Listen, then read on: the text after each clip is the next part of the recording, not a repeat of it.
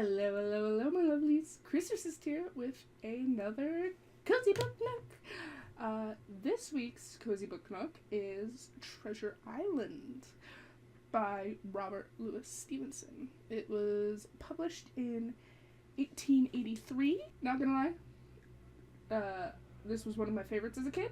I just adore the story, and it's amazing. It's what got me into pirates. Let's get straight to business and recap the story. We start with Jim Hawkins. He's a young boy living with his mum.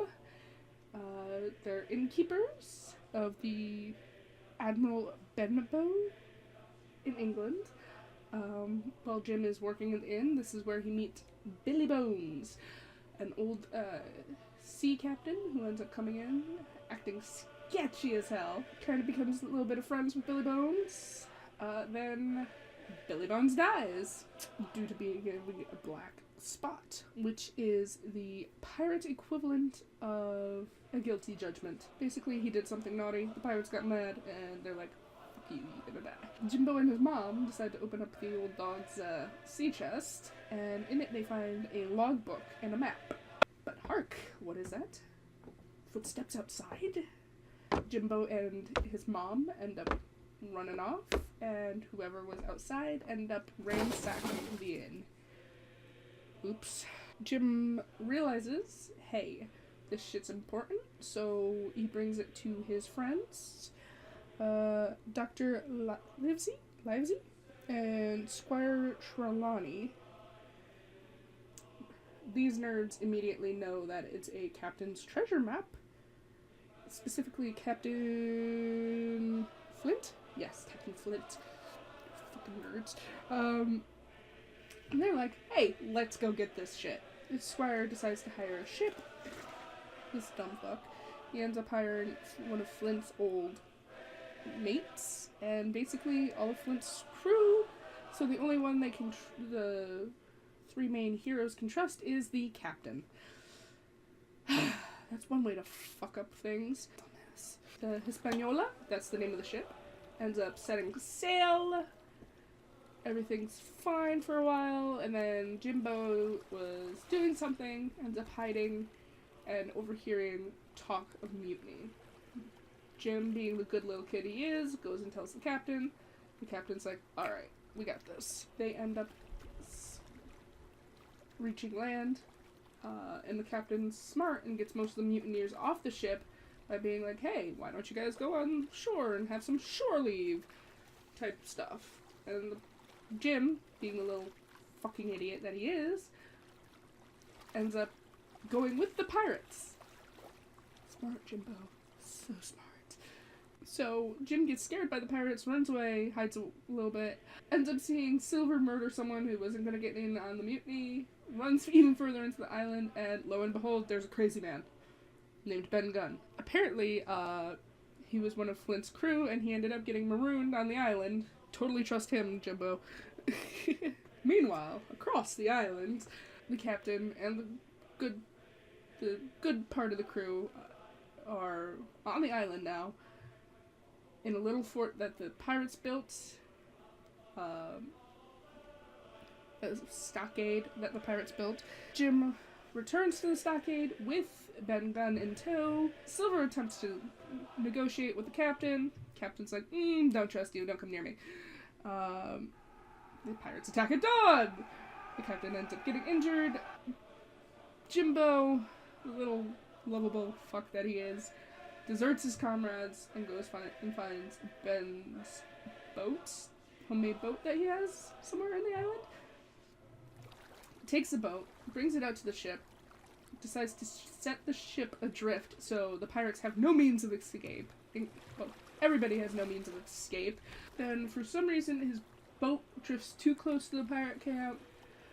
The little fuck is so lucky it doesn't get caught. He ends up drifting around the island. He sees the ship basically drifting around crazy like. Jimbo comes aboard, finds that there's only one watchman, fights the watchman, gets hurt but ends up killing the watchman, and takes control of the ship. And then he goes back to the stockade and finds that the pirates are in control of the stockade now, or some semblance of control, seeing as Silver can't control the crew and they're getting, like, feisty. The pirates actually present Silver with a black spot. He's like, fuck you, I've got the map. See, here. And he shows them the map. They end up going to go dig up the treasure. They get to where the treasure's supposed to be. Lo and behold, nope, no treasure. Then, all of a sudden, there's, like, spray of bullets raining down on them, and all the pirates, like, scatter. Jim and Silver are grabbed and led to Ben's cave, and plot twist, Ben found the treasure a while ago and moved it. It takes 3 days to load up the loot. To load up the treasure into the ship, and once they get the treasure on the ship, they have a discussion on what to do with the mutineers, and they're like, fuck you, and leave them on the island. But for some reason, they let Silver back on the ship? That makes no sense to me. But during the night, one night, he steals a little bit of the treasure, equivalent to around 400 guineas, and he ends up disappearing. No one ever hears from him again. So they get back, story's done, the captain retires. It's like, fuck this shit, I'm good. Ben ends up spending all his gold being homeless, but ends up being given a lodge to take care of, so he becomes an innkeeper, which you end up finding out was one of his fears, but he's kind of happy. And poor Jimbo gets psychological trauma, and he swears off adventuring for the rest of his life. Poor kid. But understandable, like, you saw a murder, mutiny, didn't know if you were gonna die, got into a fucking fight, almost did die. Understandable.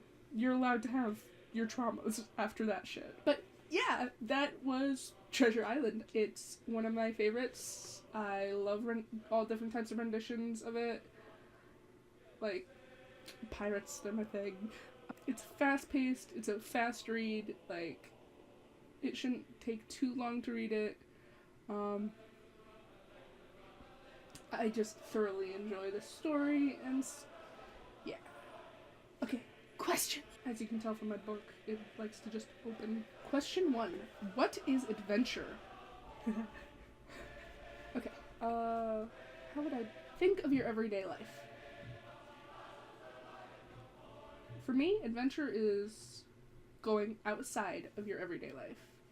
It can be as small as taking a new street to get home, or as big as freaking skydiving or bungee jumping, or even bigger than that, going to a new country. Anything outside of your ordinary everyday life is what I classify as adventure. What qualifies a Treasure Island as an adventure novel?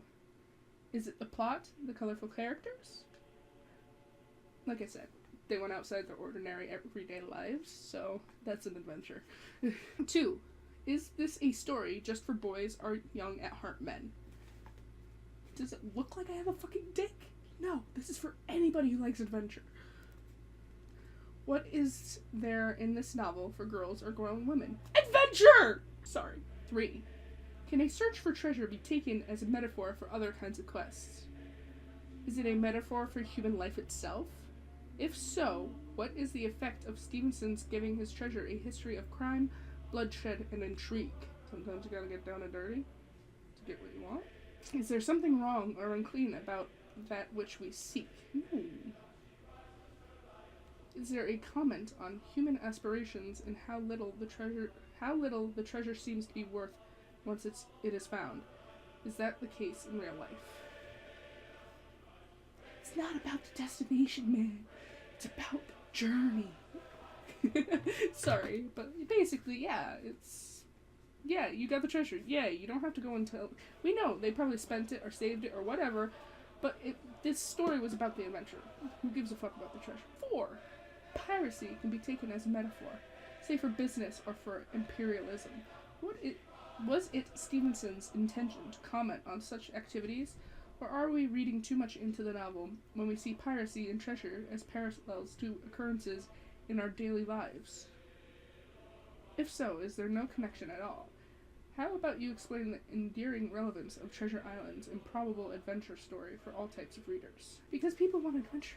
And, again, everything to be taken as a metaphor.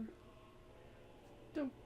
Sometimes when a writer writes the curtains were blue, they just meant the curtains were blue. You don't have to read into it. I think this is one of those times. Like, if there's a coincidence between the two, yeah. He's probably drawing on his own life and stuff, but seriously, you don't need to. Not everything's a metaphor. And the enduring relevance to Treasure Island's adventure, everybody loves adventure. Everybody gets bored with their life, and this is a safe way to get unbored. Why don't you guys give me your answers to the questions in the comments below? Tell me what you think. Let's start a discussion. I'd love to have a chat with you guys. But yeah, that was Treasure Island. Robert Louis Stevenson. Late 1800s. I can't remember the date, and I'm not reaching down for my notebook. See you at the next Cozy Book Nook. Ciao!